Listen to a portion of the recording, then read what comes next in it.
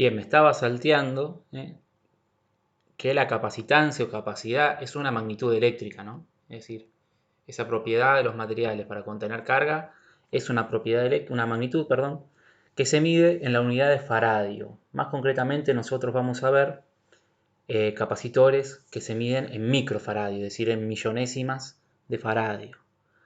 El símbolo para indicar que estamos midiendo faradios, microfaradios, es la letra mu, que ahí lo pueden ver entre paréntesis en el margen superior derecho. La letra mu, que es una letra griega, que es como una U con la primera patita más larga, y la F mayúscula. La letra mu significa micro, y la F mayúscula faradio. Entonces ustedes van a ver que los capacitores indican su capacidad en faradio. Para saber por qué nos interesa esto en los motores, este retraso que genera el capacitor en la corriente, tendríamos que pensar un poquito cómo funcionan los motores de trifásica. Entonces vamos a repasar un poquito la trifásica. En la trifásica tenemos tres fases desfasadas 120 grados entre sí que generan entonces secuencias, ¿no?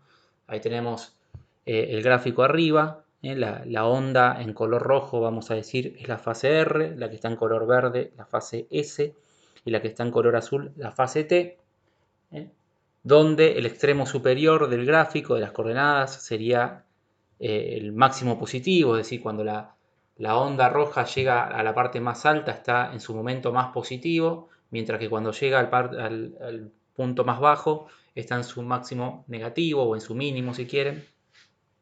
Lo mismo las otras fases. Entonces lo que nosotros vamos a ver es que la fase roja llega primero al positivo, después de haber llegado a la fase roja, es decir, R, llega S, la fase verde, después llega T, ¿sí? Después llega R de nuevo y así. Mientras que al negativo sucede lo mismo. La primera que llega al punto más negativo es la R, es decir, la fase roja, después llega S, es decir, la verde, después T, es decir, la azul, ¿no? ¿Y esto que genera? Que los campos magnéticos de las bobinas genera un campo magnético rotativo, ¿no? Ahí es lo que trato de ejemplificar con el gráfico de abajo.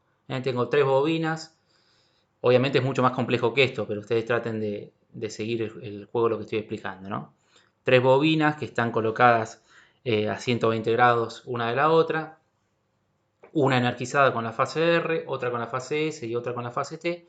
Entonces, si vamos viendo el gráfico arriba, ¿sí? Cuando R llega al máximo positivo, ¿sí?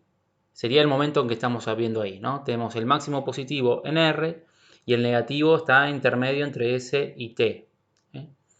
Después va a ser S la que llegue al máximo positivo, es decir, el positivo que estaba en R se mueve hacia S, después se mueve hacia T, después vuelve hacia R, y lo mismo el negativo, ¿no? Entonces eso genera que el campo magnético esté rotando.